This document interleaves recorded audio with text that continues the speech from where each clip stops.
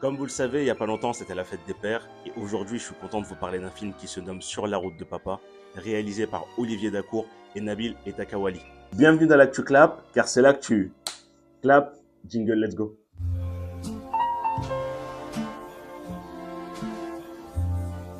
Dès l'ouverture, on est saisi par la performance de Redouane Bougueraba, dans un registre intense, marqué par une enfance difficile. Il incarne le rôle de Kamel, un homme accompli, qui doit ramener la voiture de son père au Maroc avec sa mère.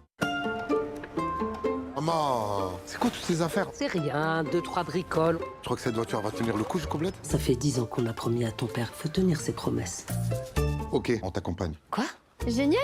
Par contre, ta femme, elle supportera pas le trajet. Vous voulez vous débarrasser de moi, c'est ça? Non. Si je dois être sincère avec vous, ce qui m'a vraiment touché dans ce film, c'est la cohésion qu'on peut voir à travers l'écran. On ressent le vrai signe d'un travail d'équipe et je pense vraiment qu'Olivier Dacour, il y est pour beaucoup parce que j'ai l'impression que les valeurs qu'il avait dans le football, vous connaissez l'état d'esprit d'équipe, il a mis exactement le même à travers ce film. On doit aussi parler du casting composé de Redouane Bougueraba, Caroline Anglade et Farida Ouchani. Vraiment, ce casting, il est juste magnifique. Magnifique.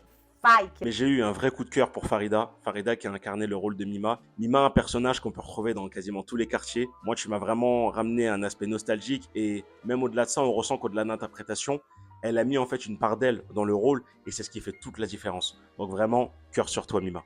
Et il y a aussi Caroline dont les larmes à l'écran disent tout, comme si son histoire personnelle fondait dans le récit. Et l'âme d'enfant qui habite chaque acteur, c'est ce petit quelque chose qui nous tient en haleine du début jusqu'à la fin du film. Mais à travers ce film, on retrouve aussi nos propres souvenirs, les discussions en famille, les trajets vers le bled, la simplicité des arrêts resto, la chaleur du Maroc, mais aussi la nostalgie de nos souvenirs et de nos racines. Mais au-delà de tout ça, ce film, c'est une hymne à la bienveillance, au vivre ensemble et à l'unité. Il nous montre que malgré toutes les tensions qu'on peut rencontrer au quotidien, on peut non seulement se redécouvrir, mais aussi se réconcilier. Je tiens vraiment à remercier sincèrement toute l'équipe pour ce film qui est plein d'amour, plein de cœur, plein d'émotions, mais surtout d'une très grande humanité. N'hésitez pas à me dire ce que vous avez pensé du film, n'hésitez pas à commenter, à faire des retours. On se retrouve très rapidement pour d'autres débriefs.